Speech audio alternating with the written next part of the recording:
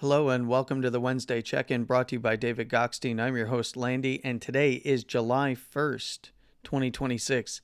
And we're looking at Bitcoin here on the daily. I put out a chart the other day that just kind of said, essentially one line to rule them all, but it's really not one line to rule them all.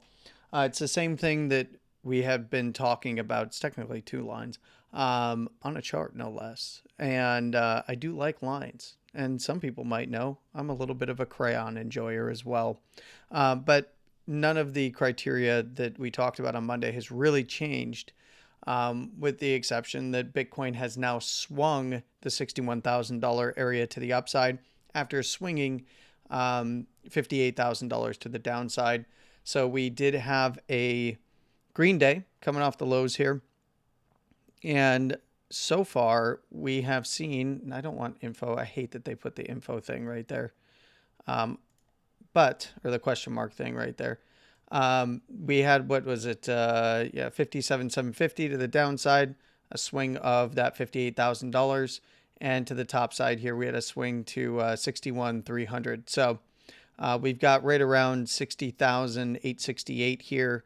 This is the actual prior closing lower low over here before that nice bounce up to the front run of $68,000. And then, of course, we went down to make $58,000 on the low here thus far before swinging it in the Wednesday candle. Now, the Wednesday candle is still open for another 11 minutes here. I was going to try to record this a little bit earlier, but got hung up on a few things. Look, as I mentioned, and as I keep mentioning, it's about closes for continuation. And in this case, closes to get continuation to the downside, where we can see the mid-50s is in play by the lower third, right into the big weekly zone, right? 52.5 to 56 is the wider zone. And then you've got within that zone about 54 to 56. And then in that 54 to 52.5, essentially. Big weekly area down below. And I've spoke about this on Monday, but right here, there was the opportunity that if we saw on Sunday coming into Monday's candle, if we saw Tuesday's session close above, we could have seen a higher low. At this point, any kind of structure that does break the lower high right here, which is actually a technical closing lower high that's local right here at 60,868, you'd probably want to see 61, and then of course above the wick high here on the Wednesday candle above 60,000. 61.3, sorry. Preferably to go up and test around 62.5 by the basis band. Now again, 62.5 to $65,000 to the upside, big area of interest, and then to the downside, essentially the wider zone being 56 on the top side of the weekly to 52.5 before getting to like 48 to 50. But realistically, we need to see closes, right? So a close below the lower second. And losing this low, we're probably already testing down towards 55 to 56 by that lower third. Maybe swinging for a little bit more of a fill on 57. If it comes right back in, great. But realistically, if it starts closing down below there, probably looking at the mid 50s pretty quickly. Now on the other side of that, though, if we do see a downtrend break, that would give Bitcoin the opportunity to test, the bottom side over here and right around 62 to 62.5. So it's really about watching closes above the lower high and below the actual low. Obviously, in lower term time frames, you'd be looking for continuation below the Wednesday candle low. But any kind of closes below right around $58,000, mid 50s is in the cards, 54 to 56 if you want to take it as a range. Let's go ahead and actually take this off the chart and put the zones of interest back up here real quick. Pretty straightforward stuff. Swung the low. You can see the basis is right at a bigger level here, which is going to be that 62.5 to $65,000 basis to upper first standard deviation. You can now see that as this has kind of walked the lower second standard deviation down and we've gotten Bollinger Band expansion, this is a tight compression. And I've said this a few times, beware of this level. If we don't see closes below, yes, we can swing down and maybe even hit targets to the downside and then close back up. But for expansion, of the next bigger move. You'd need to see closes below the low and the lower second standard deviation, then continuation down into the mid to low 50 level. Swings down and into that level that get bought back up, especially above, you could take 58. I would say you'd probably want to see 60K by the lower first. Would actually look good to test up if we don't test up first towards 62 at the swings over here to 62.5 by the basis. Anywhere above there, 65, and then try to run that last lower high up there just above 65 at 65.5, 65.560, and then try to go for the next high in the 67s, but realistically targeting on any kind of closes above there towards 68 to possibly 70, 72, and then 74 up top there. Fair game. The setup, would have to, start changing trend, though. At this point, it is still a downtrend, and Bitcoin is just holding on to the lows. And you can see that Bitcoin came up and tagged, the daily levels overhead. So tagged one and then went for the next and got front run on it, that 61.5. So we'll kind of see where things end. There we could check momentum real quick. We are coming off of extremes to the downside, but not real big extremes. It's right at the edge of the oversold, but it's not really anything too crazy. Do we have any kind of bullish divergence that could be forming? Yeah, we got to see a low set, and then you'll see bullish divergence forming off of this low that initially spiked down to around $59,000 and closed, more importantly, around that 60,800 level where we saw this last lower high come in. So, we could potentially see a bullish divergence from here if we do start closing above around $61,000. Realistically, this is the zone to pay attention to, 62.5 to 65. Down lower, you can see the lower third standard deviation working its way into the mid 50s at 55.5 right now. But, 56 to 52.5 is technically fair game. I would look at the top side first. There's been a lot of orders stacking up down there in terms of resting limit orders, stops, and liquidations and stuff like that. And of course, if that area was lost, start looking towards the prior bear market lower high, the pre-ETF high to post-ETF higher low, right around that $48,000 to $50,000. So, and now it's just kind of wait and see where things go. We have seen now in the traditional markets, we've seen what I've talked about begin to play out. And that is that we are starting to see that we're getting a range compression at the highs. We are coming off of a higher low, but we're kind of in the middle of consolidation in a range here. You could consider this trendless at the moment because we had the lower low. You could call it swing lower high in lower term timeframes, but technically higher high to lower low in the daily, lower high to lower low swing with a higher low close. In order for this to be bear bait, we need to see we need to see this area hold, essentially 715 to 722 here or so. This isn't actually lined up because I've been messing around. I'm not at my normal setup, 722.59. But realistically, gap filled down, almost took the actual higher low, even though it was a bear candle, was a higher high to higher low on the confirmed on a close on the 5th of May. Kind of swung that area. We see the bands curling over.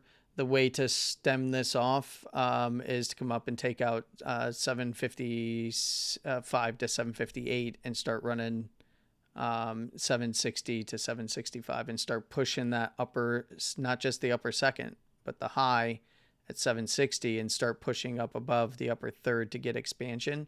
Otherwise, beware that this turns into a consolidation that pukes out the other side, which is where we would see the nice acceleration in VIX. Not really too much else to say. I mean, we can check on oil and Dixie real quick. So oil, we finally got our full gap fill, and look at that, balanced right at 68K. Be aware bounces from here that take out the local lower high swing there. And in this case, there was no low set, so this is a continuous move down. The last low that was set was not really a low, it was an open to a close down. So I would ignore the candle structure. This is just a straight up move down. You need to see a low set.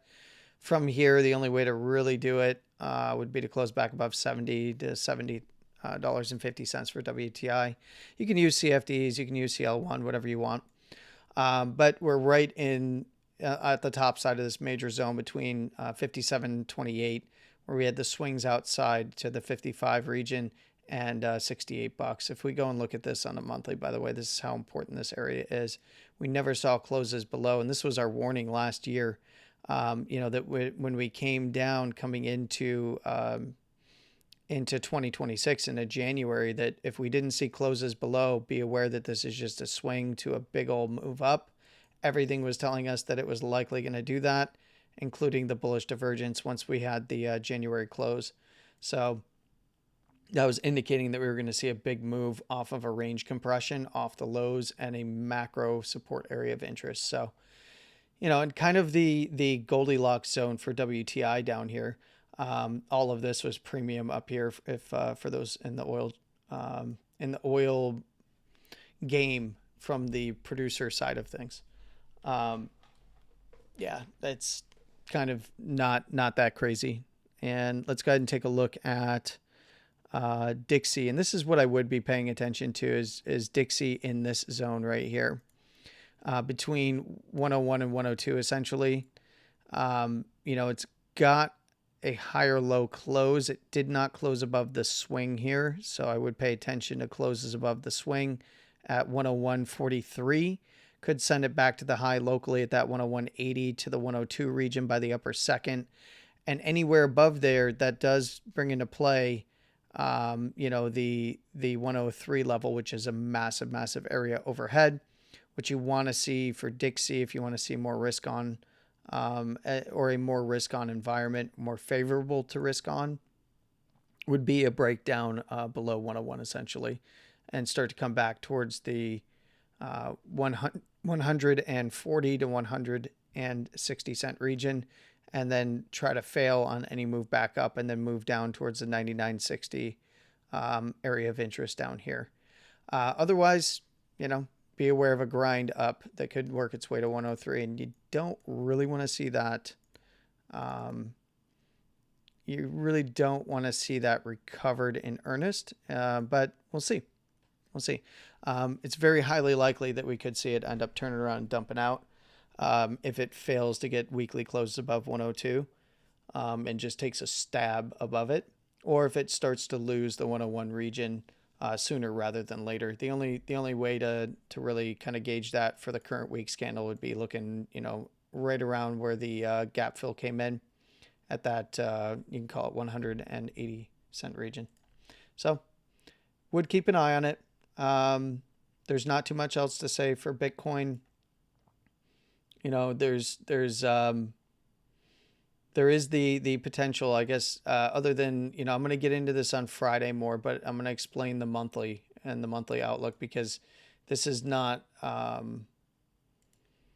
typically when you're looking at candle structure, this is not a macro low, right? Unless we were to, base out here on the monthly. One of the things that I'm going to talk about here, that is available to the bulls, is if this area does hold up locally, and I'll talk about this more on Friday's live stream, but you could potentially see, if this is going to, do something like that, or, turn, this would actually be, let's make this red, because this is a downtrend, and this is a confirmed trend reversal setup on this downtrend, right? So you've got the bearish trend, right? There is a chance for the bulls to do something like this, right, out of here. But just understand that that is not the highest percentage chance. Because of where this close came in, including, by the way, below the close open here. There's some stuff that we got to talk about, right? For Friday, where I'm going to break down the monthly, and obviously you can come back here, the first close open high. You can see that it has been bearishly reclaimed. Now, obviously, Bitcoin opened back up and is now trying to balance on that area after a nice little swing down. But the criteria is very clear. It's all about this lower high at 82.8 right now for the macro time frames, right? And that would be, the bullish outcome would be something like, hey, we hold this area. Maybe we dip down, for liquidity a little bit lower, and take out something in this area. This would be the bullish kind of a scenario, is go and break the downtrend, base out here for however many candles, swing around, whatever it's got to do. And then, try setting this macro low, but it would need to be a structural change. I mean, otherwise, lower is the name of the game, whether it's, here, if this area is going to become the macro low, there is the opportunity for the bulls to do that. I'll update you on bands on Friday and kind of what my outlook is on stuff like this now that we are starting to see expansion to the downside in this case. But this zone here, realistically, is what we're going to be talking about, is close to close recapture to the next close. At that 45 to 48,